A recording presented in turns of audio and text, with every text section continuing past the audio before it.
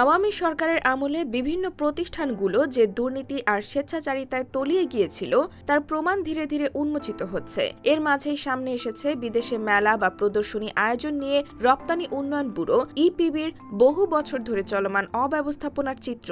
সম্প্রতি ইপিবির আন্তর্জাতিক মেলা ও প্রদর্শনী বিভাগের উপপরিচালক আবু মোখলেস আলমগীর হোসেনের বিরুদ্ধে নানা অনিয়মের অভিযোগ পাওয়া গেছে। এর একটি হল মার্কিন ডলারে ঘুষ নেওয়ার অভিযোগ। গত বছরের ১৬ থেকে ২০ আগস্ট চীনের কুনমিংয়ে অনুষ্ঠিত ৪ দিনব্যাপী ৭ম চায়না দক্ষিণ এশিয়া এক্সপো ও ২৭তম চায়না আমদানি রপ্তানি মেলায় অংশ নেয়া অধিকাংশ প্রতিষ্ঠানের কাছ থেকে তিনি $১৫০ করে ঘুষ নিয়েছেন। এছাড়া সবার কাছ থেকে তিনি নগদে ২,০০০ টাকা করে ঘুষ নেন বলে অভিযোগ রয়েছে।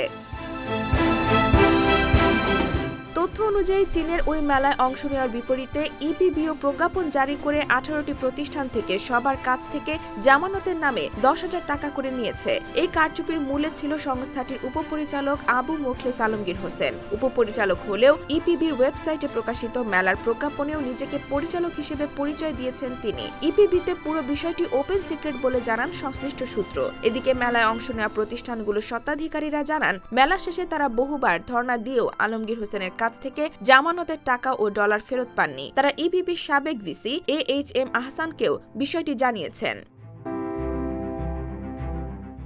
অন্যদিকে ডলারে ঘুষ নেওয়ার বিষয়ে আবু মোখলেস আলমগীর হোসেন দাবি করেন, চীনের সঙ্গে চুক্তি ছিল বলেই জামানত হিসেবে ডলার নেওয়া হয়েছিল।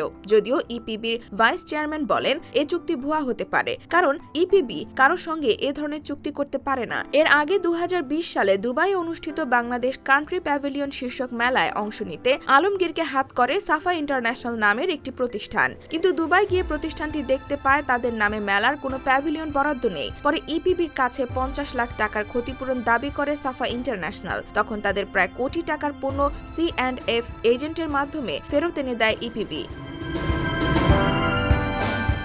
নেপালের কাঠমান্ডুতে আলমগীরের ইন্ধনে সেফকন কাঠমান্ডু এক্সিবিশন ২০২৪ শীর্ষক নির্মাণ সামগ্রীর মেলা আয়োজন করে সেভর ইন্টারন্যাশনাল লিমিটেড নামের একটি প্রতিষ্ঠান। কিন্তু মেলা সংশ্লিষ্ট ব্যক্তিরা জানান, সেভর ইন্টারন্যাশনাল নামে নেপালে কোনো প্রতিষ্ঠান নেই, বরং এটি বাংলাদেশি প্রতিষ্ঠান। পরে অবশ্য আলমগীর হোসেন মেলাটি বাতিল করে দেন। সম্প্রতি ইপিবির দায়িত্বশীল কর্মকর্তারা আলমগীর হোসেনের অনিয়ম সহ পুরো বিষয়ে দুর্নীতি দমন কমিশনের হস্তক্ষেপ চান।